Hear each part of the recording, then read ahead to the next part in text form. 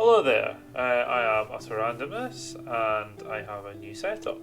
So I have been taking some requests for coaching and I still am taking requests, so if you're on the Minecraft DS network you can send me a request via DM.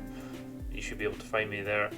So hopefully I'm going to do this in just a single take, because I usually did it in the streams that way and I feel like it's a lot of hassle if I edit out a lot of stuff, and I just feel often you can get a more complete idea of my thoughts. So hopefully it won't be too confusing while I do this. This is going to be my very first one. Hopefully the camera looks a lot better and hopefully I sound a lot better as well. I've replaced both my webcam and my microphone. I also have an auxiliary cable, so when I do stream again I might be able to stream my DS audio directly to the computer, so it's much easier to hear. So anyway, let's just get cracking right into it. So Yoghurt has a time of 58,922 on Donut Plains. I've not watched it yet, but you'll get my idea of my initial thoughts on it that way. And then I'll watch it through once without stopping, and then I'll just go through what I noticed straight away and then any other general tips I noticed that could be handy for anyone. But bear in mind that this is not a comprehensive video for how to play this track. This is largely a review of Yoghurt's run by his request, how to improve his time, and then there are some general tips in there as well. So just have a look at the video, see if there's anything that does help you if you're looking to play this track. There could be some things that are helpful for almost anyone in theory, but if you need more specific help, by all means just DM me on Discord and I should be able to help you further. Okay, so let's just see what the run is actually like then. Okay. A lot of double hops but no PRB, okay. That's an interesting one. Missed MT. It happens. I'm not going to sit there and say don't miss MTs. I mean, that's unfair.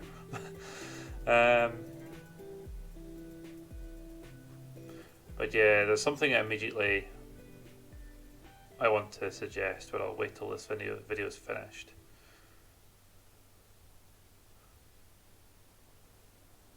The general idea is fine, but there's definitely some improvements can be made, I suppose.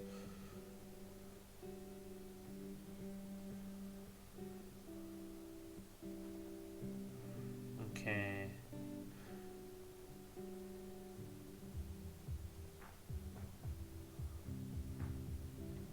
Right, okay. What was the splits? Wow. Lap 1 was the slowest. Yeah, one thing is if you've got a consistent strategy in mind for how to play this track, you really shouldn't have a slower lap on lap 1. Obviously it's not going to be an exact science, but generally speaking, lap 1 should be almost as fast as lap 2. And then your zero shrimmer should be the slowest lap 3. Obviously you missed an MT here, so that's partially why. But even then, there's more going on as to why that's the slowest lap. But from what I saw from my first watch of this run, it looks like it's quite an inconsistent strategy, or maybe not 100% focusing on a specific strategy, which is often a bit of a killer for low ranked players. That being said, 58,922 is by no means a bad time. It's a pretty good time. So obviously some good knowledge of how to play the game here. Just need some refinements to sort of tidy it up a bit. The first thing I would probably have to say before I actually continue is I would really consider using standard dry bones for this track, because no PRB was held within the rules here. Now, if no PRB is held here, most of the advantage of dry bomber is lost straight away, because the whole point of it being faster is that within the rules you can maintain PRB over this grass from their last MT for a large percentage of the grass, so that it almost cancels out the fact that it doesn't have an extra mushroom compared to the standard cart. But with PRB lost here, obviously that advantage is gone. You're virtually doing like 2 zero shrimmers. So if you really can't like maintain PRB long enough to release a PRB MT onto the grass, Dry Bomber is debatably not worth it. Bear in mind as well that standard dry bones is not like a bad cart on this track at all. I mean, in 2007, Sasha had a world record of 55.6 with it, and until Cole really pushed the track, like that was only 0.4 away or 0.5 away from like the actual world record, like in recent times. So, standard dry bones can go a very long way in this track. So once you get better, it becomes more a case of what suits your playstyle more, and it's maybe, I still don't know for sure if it's definitely slower overall. Like Huffle Taz did years ago, and I think he got a faster time with standard DB, but that's still not a guaranteed thing anyway. But anyway, I digress. Best thing to do though is to try, if you want to try and continue to use if you want to continue to use Dry Bomber, best thing to do is to try and allow yourself to maintain the PRB within the rules up until the first grass section after the bridge. Basically, for the rest of the track, it's going to save you more time.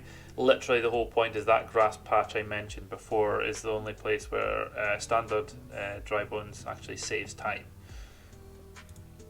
But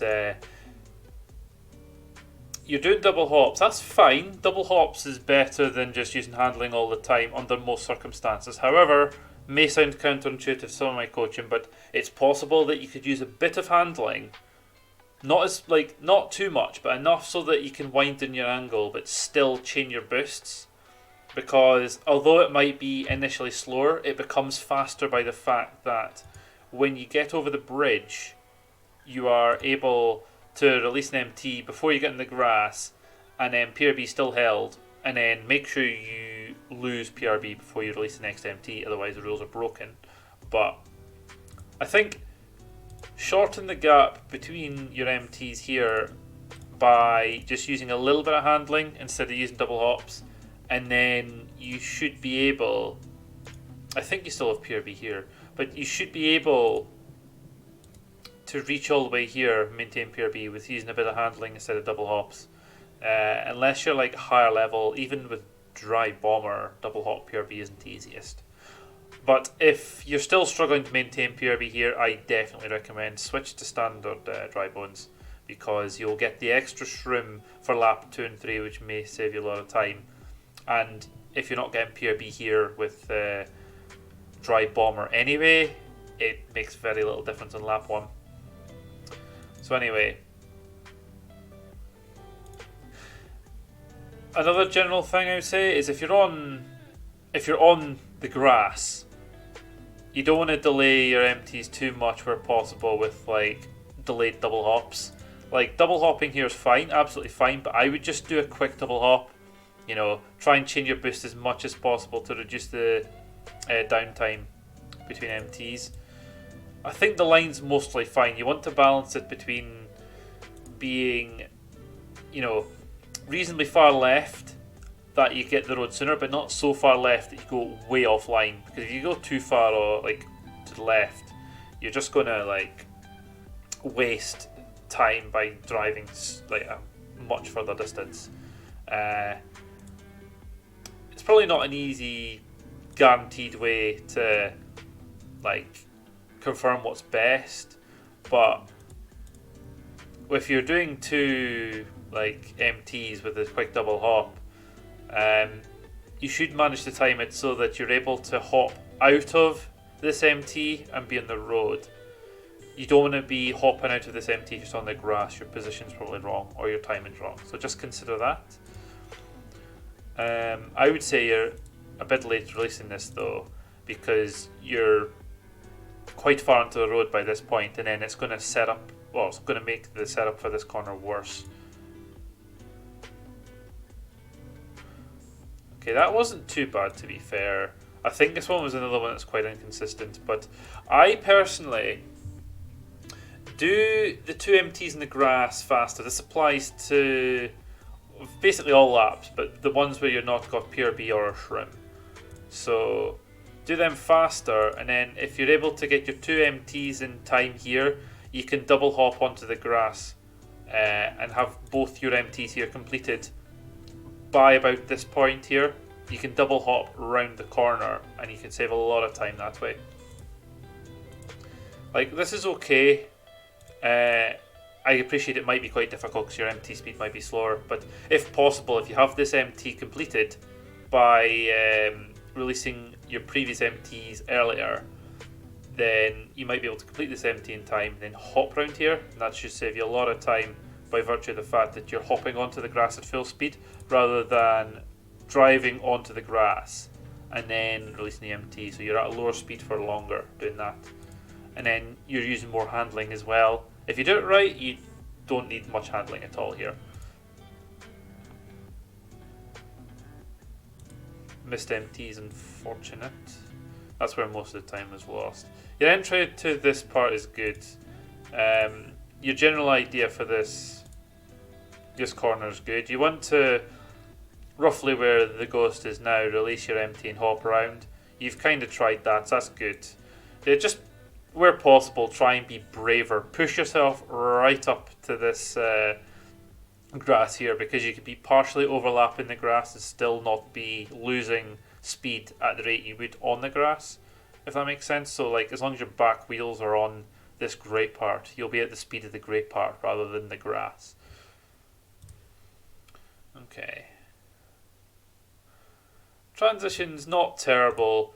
The idea is right. I would, again, just try and push closer to the grass. So just try and push your line closer here. Save yourself distance. But double hopping's fine if you're struggling around here, because it's better than using handling. Unless, of course, you're trying to desperately chain boost. But for lap 2 and 3, that double hop strategy is okay. Just try and push it closer to the grass. Shrimp strat's probably fine. I see. Your shrimp strat's good. You're able to hop onto the grass here. I would do a double hop personally, but like, you can see the difference here. You're able to get this MT done in time because the timing's better and everything's done earlier, and that allows you to hop onto the grass. So that's definitely a much faster U-turn here than it was in your lap 1. But I would try, if possible, not doing a double hop here, because you should be able to do 3 MTs around here without a double hop, and then once you release the 3rd MT by this pipe, dry bombers, very, very good handling, should take you right round the corner with ease. Worth a try anyway. Again, the right idea here.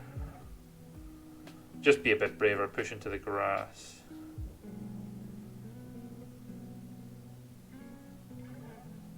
Yeah, it's okay. That wasn't quite so bad either on that lap. This part here,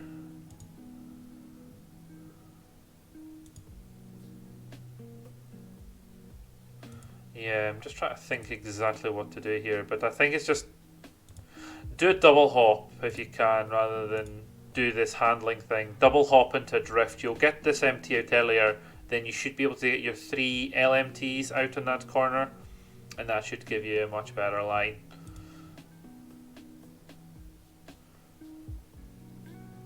And then the rest is fairly standard. So there's definitely some good things you do here, and that's why you're able to get the 58. I think with some of these refinements you could definitely get a 57. I think as well, consider the standard dry bones for the 2 shrims, especially if you're not able to master the PRB for lap 1, because otherwise this lap's not going to be much slower with standard dry bones. In fact, well, technically, if you ignore the missed MT, you're probably going to be, what, 19.7 as well in lap 1. Standard dry bones, maybe 19.8. But then you got 2 shrims, so maybe you'll get a 19.2, 19.2. Bam, that's faster already. And then with the refinements as well, you're talking about even faster splits. So I hope this video will be helpful for some people.